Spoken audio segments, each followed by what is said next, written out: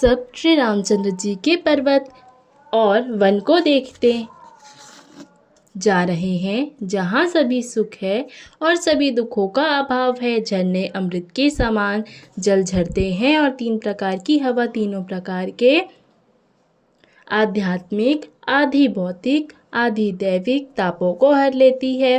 असंख्य जाति के वृक्ष, लताएं और तृण हैं तथा बहुत तरह के फल, फूल और पत्ते हैं। सुंदर शिलाएं हैं, वृक्षों की छाया सुख देने वाली हैं।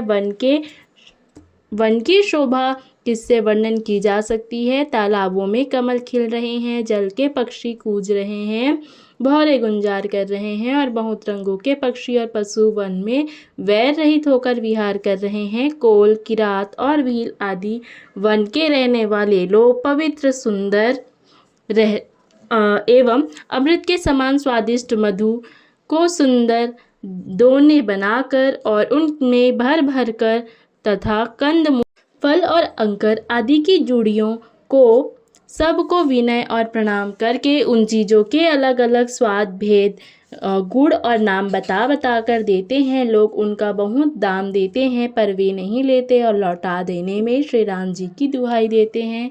प्रेम में मग्न हुए वे कोमल वाणी से कहते हैं कि साधु लोग प्रेम को पहचान कर उसका सम्मान करते हैं। आप तो पुण्यात्मा हैं, हम नीच निषाद हैं। राम जी की कृपा से ही हमने आप लोगों के दर्शन पाए हैं। हम लोगों को आपके दर्शन बड़े ही दुर्लभ हैं, जैसे मरुभूमि के लिए गंगा जी की धारा दुर्लभ है। कृपालु श्री रामचंद्र जी ने निषाद पर कैसी कृपा की है। जैसे राजा हैं वैसा ही उनके परिवार और प्रजा को भी होना चाहिए। हृदय में ऐसा जानकर, संकोच छोड़कर और हमारा प्रेम देखकर कृपा कीजिए और हमको कृतार्थ करने के लिए ही फल, तृण और अंकुर लीजिए। आप प्रिय पाहुने वन में पधारे हैं, आपकी सेवा करने के योग्य हमारे भाग्य नहीं है। हे स्वामी, हम आपको क्या देंगे। भीलों की मित्रता तो बस ईंधन और पत्तों ही तक है हमारी, तो यही बड़ी भारी सेवा है कि हम आपके कपड़े और बर्तन नहीं चुरा लेते।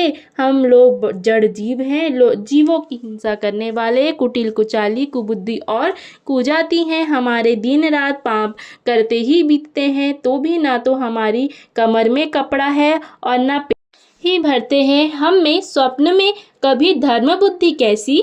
यह सब तो श्री रघुनाथ जी के दर्शन का प्रभाव है। जब से प्रभु के चरण कमल देखे तब से हमारे दुसह दुख और दोष मिट गए। वनवासियों के वचन सुनकर अयोध्या के लोग प्रेम में भर गए और उनके भाग्य की सराहना करने लगे। सब उनके भाग्य की सराहना करने लगे और प्रेम के वचन सुनाने लगे।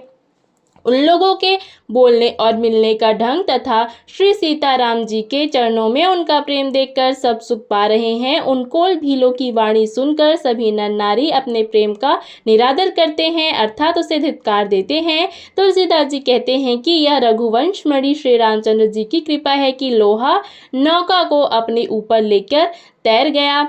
सब लोग दिनों दिन परम आनंदित होते हुए वन के चारों ओर विचरते हैं। जैसे पहली वर्षा के जल में मेढक और मोर मोटे हो जाते हैं, प्रसन्न होकर नाचते कूदते हैं। अयोध्यापुरी के पुरुष और स्त्री सभी प्रेम में अत्यंत मग्न हो रहे हैं। उनके दिन पल के समान बीत जाते हैं। जितनी सासुएं थी उतने ही वेश रूप बनाकर सीता जी सब सासुओं की आदरपूर्वक एक सी सेवा करती हैं। श्री रामचंद्र जी के सिवा इस भेद को और किसी ने नहीं जाना। सब माताएं पराशक्ति महामाया श्री सीता जी की माया में ही हैं। सीता जी ने सासुओं की सेवा से वश में कर लिया।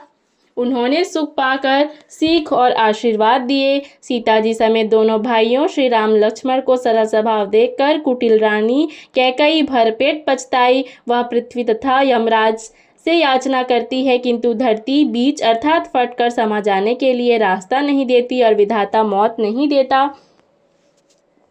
लोक और वेद में प्रसिद्ध है और कवि ज्ञानी भी कहते हैं कि जो श्री राम जी से विमुख है उन्हें नरक में भी ठौर नहीं मिलती। सबके मन में यह संदेह हो रहा था कि हे विधाता, श्री रामचंद्र जी का अयोध्या जाना होगा या नहीं। भरत जी को ना तो रात को नींद आती है, ना दिन में भूख ही लगती है। वे पवित्र सोच में ऐसे विकल हैं जैसे नीचे अर्थात तल के कीचड़ में डूबी हुई मछली को जल की कमी से व्याकुलता होती है। भरत जी सोचते हैं कि माता मिसे काल ने कुचाल की है, जैसे धान के पकते समय इति कब है आ उपस्थित हो। अब श्री रामचंद्र जी का राज्याभिषेक किस प्रकार हो, मुझे तो एक भी उपाय नहीं सूझ पड़ता।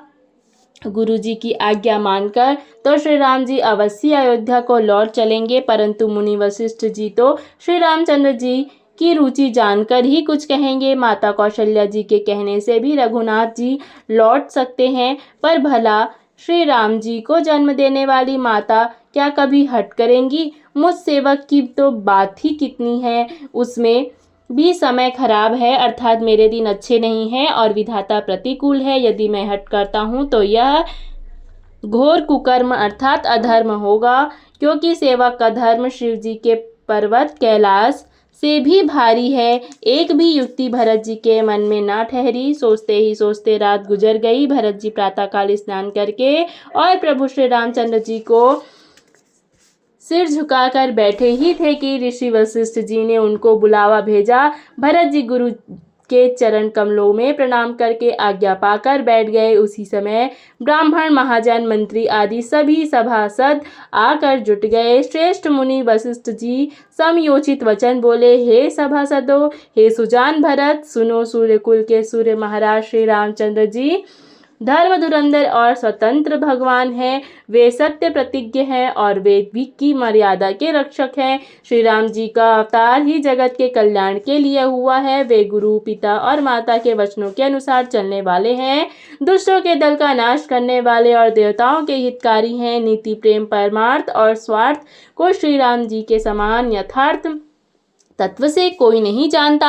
ब्रह्मा, विष्णु, महादेव, चंद्र, सूर्य, दिक्पाल, माया जी, सभी कर्म और काल, शेष जी और पृथ्वी एवं पताल के अन्यान राजा आदि जहाँ तक प्रभुता है और योग की सिद्धियाँ जो वेद और शास्त्रों में गाई गई हैं, हृदय में अच्छी तरह से विचार कर देखो तो यह स्पष्ट दिखाई देगा कि श्री राम जी की आज्ञा इन सभी के सिर पर है, अर्थात श्री राम जी ही सबके एकमात्र महान महेश्वर हैं। अतएव श्री राम जी की आज्ञा और रुख रखने में ही हम सबका हित होगा। इस तत्व और रहस्य को समझकर अब तुम सयाने लोग जो सबको सम्मत हो वही मिलकर करो। श्री राम जी का राज्य अभिषेक सबके लिए सुखदायक है। मंगल और आनंद का मूल यही एक मार्ग है। श्री रघुनाथ जी अयोध्या किस प्रकार चले, विचार कर कहो, वही उपाय किया जाए। मुनि श्रेष्ठ वशिष्ठ जी की नीति, परमार्थ और स्वार्थ, लौकिक हित में सनी हुई वाणी सबने आदर भाव से सुनी, पर किसी को कोई उत्तर नहीं आता। सब लोग भोले अर्थात विचार शक्ति से रहित हो गए। तब भरत ने सिर झुकाकर हाथ जोड़े और कहा, सूर्यवंश में एक से एक अधिक बड़े बहुत से राजा हो गए। सभी के जन्म के कारण पिता माता होते हैं और शुभ अशुभ कर्मों का फल विधाता देते हैं। आपकी आशीष ही एक ऐसी है जो दुखों का दमन करते समस्त कल्याणों को सज देती है। यह जगत जानता है। हे स्वामी, आप वही हैं जिन्होंने विधाता की गति को भी रोक दिया। आपने जो टेक दी उसे कौन टाल सकता है। अब आप मुझसे उपाय पूछते हैं। यह सब मेरा अभाग्य है। भरत जी के प्रेममय वचनों को सुनकर गुरु जी के हृदय में प्रेम उमड़ आया। वे बोले, हे तात, बात सत्य है, पर है राम जी की कृपा से ही राम विमुख को तो स्वप्न में भी सिद्धि नहीं मिलती। हे तात, मैं एक बात कहने में सकुचाता हूँ। बुद्धिमान लोग सर्वस्व जाता देखकर आभा छोड़ दिया करते हैं। अतः तुम दोनों भाई भरत शत्रुघ्न वन को जाओ और लक्ष्मण, सीता और श्री रामचंद्र जी को लौटा दिया जाए। ये सुंदर वचन सुनकर दोनों भाई हर्षित हो गए। उनके सारे अंग परमानंद से परिपूर्ण हो गए। उनके मन प्रसन्न हो गए। शरीर में तेज सुशोभित हो गया, मानो राजा दशरथ जी उठे हो और श्री रामचंद्र जी राजा हो गए हों। अन्य लोगों का तो इसमें लाभ अधिक और हानि कम प्रतीत हुई, परंतु रानियों को दुख सुख समान ही थे। राम लक्ष्मण वन में रहे या भरत शत्रुघ्न, दो पुत्रों का वियोग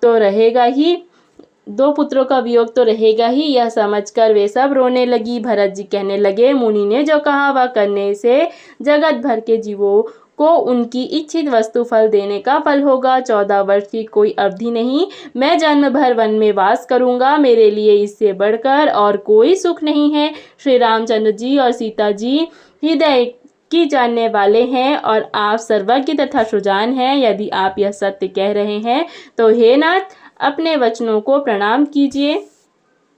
भरत जी के वचन सुनकर और उनका प्रेम देखकर सारी सभा सहित मुनि वशिष्ठ जी विदेह हो गए। किसी को अपने देह की सुधि न रही। भरत जी की महान महिमा समुद्र है, मुनि की बुद्धि उसके तट पर अबला स्त्री के समान खड़ी है।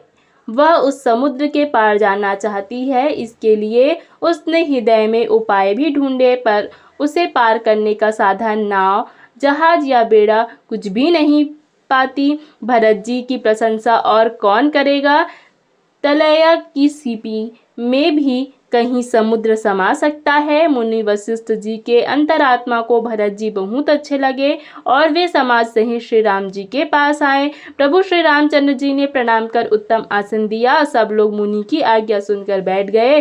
श्रेष्ठ मुनि देश काल और अवसर के अनुसार विचार करके वचन बोले, हे सर्वज्ञ, हे सुजान, हे धर्म, नीति, गुण और ज्ञान के भंडार, राम सुनिए।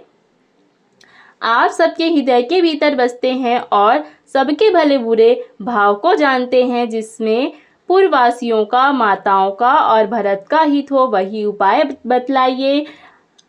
आर्त अर्थात दुखी लोग कभी विचार कर नहीं कहते, जुआरी को अपना ही दाव सूझता है। मुनि के वचन सुनकर श्री रघुनाथ जी कहने लगे, हे नाथ, उपाय तो आप ही के हाथ है। आपका रुख रखने में और आपकी आज्ञा को सत्य कहकर प्रसन्नता पूर्वक पालन करने में ही सबका हित है। पहले तो मुझे जो आज्ञा हो मैं उसी शिक्षा को माथे पर चढ़ाकर करूं, फिर हे गोसाई आप जिसको जैसा कहेंगे वह सब तरह से सेवा में लग जाएगा। मुनि वशिष्ठ जी कहने लगे, हे राम, तुमने सच कहा, पर भरत के प्रेम के विचार को नहीं रहने दिया, इसलिए मैं बार बार कहता हूँ, मेरी बुद्धि भरत की भक्ति के वश हो गई है। मेरी समझ में तो भरत की रुचि रखकर जो कुछ किया जाएगा, शिव जी साक्षी हैं, वह सब बहुत शुभ ही होगा। पहले भरत की प्रार्थना आदर भाव से सुन लीजिए, उस पर विचार कीजिए, तब साधु मत, लोक मत, राजनीति और वेदों का निचोड़ निकाल कर वैसा ही कीजिए। भरत जी पर गुरु जी का प्रेम देखकर श्री राम जी के हृदय में विशेष आनंद हुआ। भरत जी का धर्म धुरंधर और तन मन वचन से अपना सेवक जानकर श्री रामचंद्र जी गुरु की आज्ञा के अनुकूल मनोहर, कोमल और कल्याण के मूल वचन बोले, हे नाथ, आपकी सौगंध और पिताजी के चरणों की दुहाई है, मैं सत्य कहता हूँ कि विश्व भर में भरत के समान भाई कोई ही नहीं है। जो लोग गुरु के चरण कमलों के अनुरागी हैं, वे लोक में लौकिक दृष्टि से भी और वेद में परमार्थिक दृष्टि से भी बड़भागी होते हैं। फिर जिस पर आप गुरु का ऐसा स्नेह है, उस भरत के भाग्य को कौन कह सकता है। छोटा भाई जानकर भरत के मुंह पर उसकी प्रशंसा करने में मेरी बुद्धि सकुचाती है, फिर भी मैं तो यही कहूँगा कि भरत जो कुछ कहे वही करने में भलाई है। ऐसा कहकर श्री रामचंद्र जी चुप रहे। तब मुनि भरत जी से बोले, हे तात, सब संकोच त्याग कर कृपा के समुद्र अपने प्यारे भाई से अपने हृदय की बात कहो। मुनि के वचन सुनकर और श्री रामचंद्र जी का रुख पाकर गुरु तथा स्वामी को भर पेट अपने अनुकूल जानकर सारा बोझ अपने ही ऊपर समझकर भरत जी कुछ कह नहीं सकते। वे विचार करने लगे। शरीर से पुलकित होकर वे सभा में खड़े हो गए। कमल के समान आंखों में प्रेमाश्रुओं की बाढ़ आ गई। वे बोले, मेरा कहना तो मुनिनाथ ने ही निभा दिया। जो कुछ मैं कह सकता था वह उन्होंने ही कह दिया, इससे अधिक मैं क्या कहूँ। अपने स्वामी का स्वभाव मैं जानता हूँ, वे अपराधी पर भी कभी क्रोध नहीं करते। मुझ पर तो उनकी विशेष कृपा है और स्नेह है। मैंने खेल में भी कभी उनकी रिस अर्थात अप्रसन्नता नहीं देखी। बचपन से ही मैंने उनका साथ नहीं छोड़ा और उन्होंने भी मेरे मन को कभी नहीं तोड़ा। मैंने प्रभु की कृपा की रीति को हृदय में भली भांति देखा। मेरे हारने पर भी खेल में प्रभु मुझे जिता देते रहे हैं। मैंने भी प्रेम और संकोचवश कभी सामने मुंह नहीं खोला। प्रेम की प्यासी आंखें आज तक प्रभु के दर्शन से तृप्त नहीं हुई हैं।